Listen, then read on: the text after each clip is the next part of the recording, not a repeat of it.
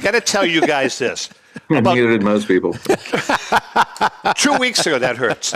2 weeks ago, Ellen and I and Rico and Elsie were invited to a banquet. It was the Italian American Sports Hall of Fame banquet in Boston.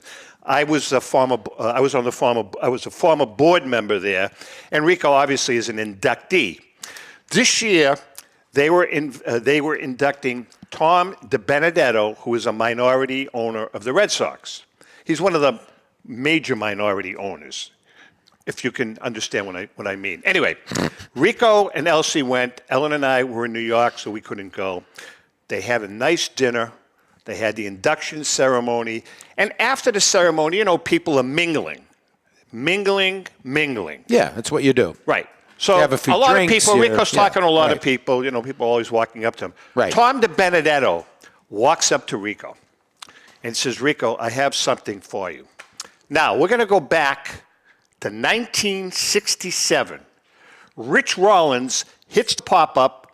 Rico catches the balls, the last out, and the Red Sox, for all intents and purposes, clinch the pennant. Right. At Fenway Park. At Fenway Park to play the St. Louis Cardinals.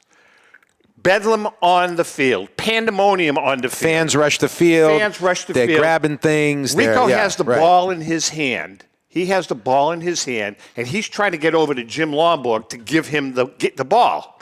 Can't get over there. He's reaching. He's got his left hand with his glove on his head, on his hat, trying to get over to Lomborg. Can't get there. So he goes to reach, and he takes his hand off of his hat, and within 5 seconds, this punk kid grabs the hat off of Rico's head, takes off through the crowd. Rico is bull. He is absolutely livid. Can't get to the kid, obviously. Fast forward 57 years. Tom DiBenedetto walks up to Rico and says, Rico, I have something for you. I was the 17-year-old kid that stole the hat off of your head. 57 years ago, a future Red Sox owner was the kid that stole the hat off of Rico's head. Now, if you look at this beautiful image, I was the first person, other than Rico, to wear the hat from 1967. Isn't that an amazing story that an owner, a 17-year-old kid who later became an owner, was the kid that stole the hat? Rico now has the hat back in his possession, number 6. That's crazy. And by the way, he was offered. It's a great story. I'm more amazed you told it so eloquently. I did not think there was a chance you were going to get that right. I figured Mallory or Chrissy would have to correct you.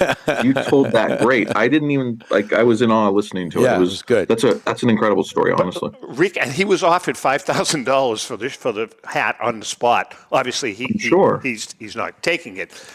Amazing story. The Great American Collectibles Show is available to watch on YouTube and Facebook, or you can catch the audio anywhere you listen to your favorite podcast, with new episodes airing every Wednesday, 6:30 p.m. Eastern Standard Time.